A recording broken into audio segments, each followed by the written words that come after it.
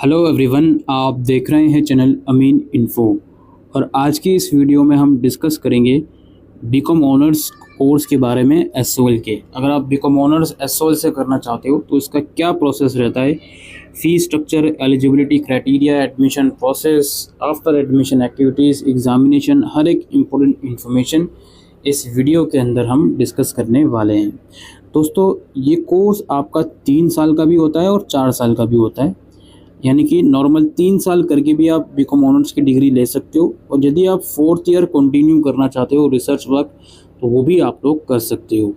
इसके अलावा इसमें मल्टीपल एंट्री एग्जिट का भी ऑप्शन रहता है दोस्तों। यानी कि 1 साल के बाद अगर आप ड्रॉप करते हो तो आपको सर्टिफिकेट मिलेगा, 2 साल के बाद ड्रॉप करते हो तो डिप्लोमा, और ऑब्वियसली 3 साल के बाद अगर ड्रॉप करते हो तो आपको बैचलर्स की डिग्री मिलेगी।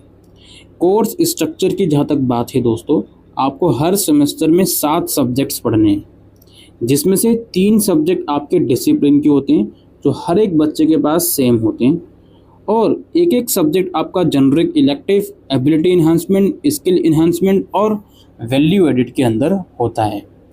जनरिक इलेक्टिव का मतलब ये होता है, चूँकि हम बीकॉम ऑनर्स की बात कर रहे हैं तो कॉमर्स के अलावा दूसरे सब्जेक्ट पढ़ना, जैसे इंग्लिश हो गया, हिस्ट्री हो गया, वो आप ड्रॉप डाउन लिस्ट में जो भी आपके पास ऑप्शन आएंगे वो आप ले सकते हो। और जो स्किल इन्हांसमेंट है, वैल्यू एडिट कोर्स है, इसमें आप अपनी मनमर्जी से कोई भी सब्जेक्ट ले सकते हो जो आपके पास ड्रॉप डाउन में ऑप्शन आएंगे। दोस्तों, इसमें एबिलिटी इन्हांसमेंट की बात करें तो इस कैटेगरी में एक तो आपको ईवीएस लेना होता है। अब वो आप सेमेस्टर 1 में लो या 2 में लो, ये आपकी चॉइस है। और इसके अलावा आपको कोई लैंग्वेज लेनी होती है जो आपने स्कूल में पढ़ी है। जनरली हिंदी ज़्यादातर बच्चे लेते हैं, लेकिन अगर असम, तमिल, पंजाबी ये आपने स्कूल में पढ़ी है, इसका भी ऑप्शन आता है, तो ये भी आप ले सकते हो। और स्टैंडर्ड ऐसा देखा जाएगा, 12th तक पढ़ा है आपने सब्जेक्ट तो वो हिंदी ए लोगे, 10th तक पढ़ा है तो बी, और अगर 8th क्लास तक पढ़ा है तो हिंदी सी लोगे। एलिजिबिलिटी क्राइटेरिया की बात करते हैं दोस्तों, यहाँ पर 2 कॉम्बिनेशन है बीकॉम ऑनर्स के। कौन कौन से हैं, बहुत ध्यान से समझिए।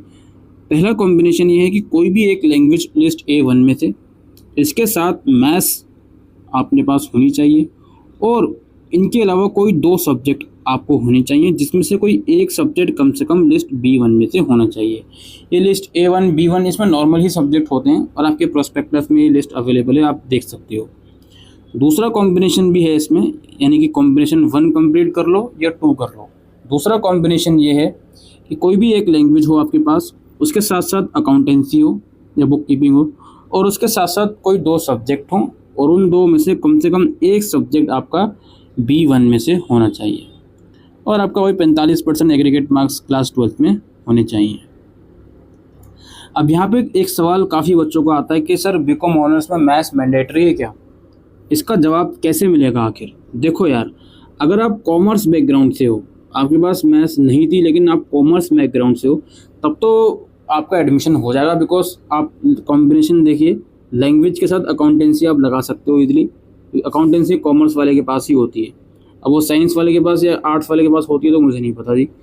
कॉमर्स वाले के पास अकाउंटेंसी होती है, तो कॉमर्स के लिए मैथ्स मैंडेटरी नहीं है अगर आप कॉमर्स से क्लास 12 आपने कंप्लीट करी है। अगर साइंस स्ट्रीम से करी है तो भाई मैथ्स होना ज़रूरी है आपके पास, ठीक है। आप पीसीबी थी साइंस में तो आप नहीं कर पाओगे बीकॉम ऑनर्स। आर्ट्स वाले तो थोड़ा सा फंसेंगे यहाँ पर, बिकॉज मैथ्स भी नहीं होती उनके पास और अकाउंटेंसी भी नहीं होती।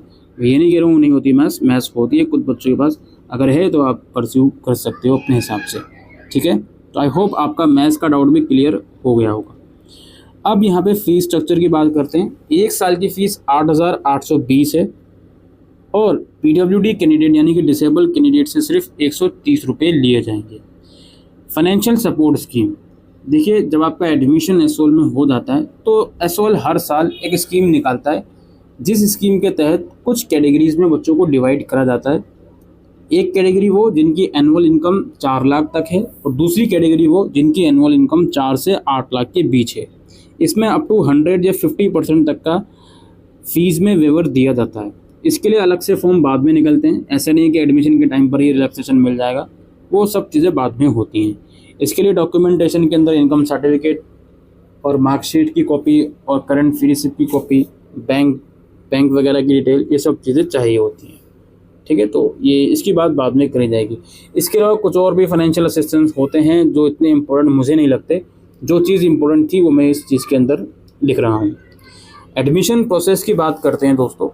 एडमिशन प्रोसेस के अंदर सबसे पहले आपको ऑनलाइन फॉर्म भरना है। अब फॉर्म भरना कैसे है उसकी वीडियो ऑलरेडी बनी हुई है, वो आप जाकर देख सकते हो।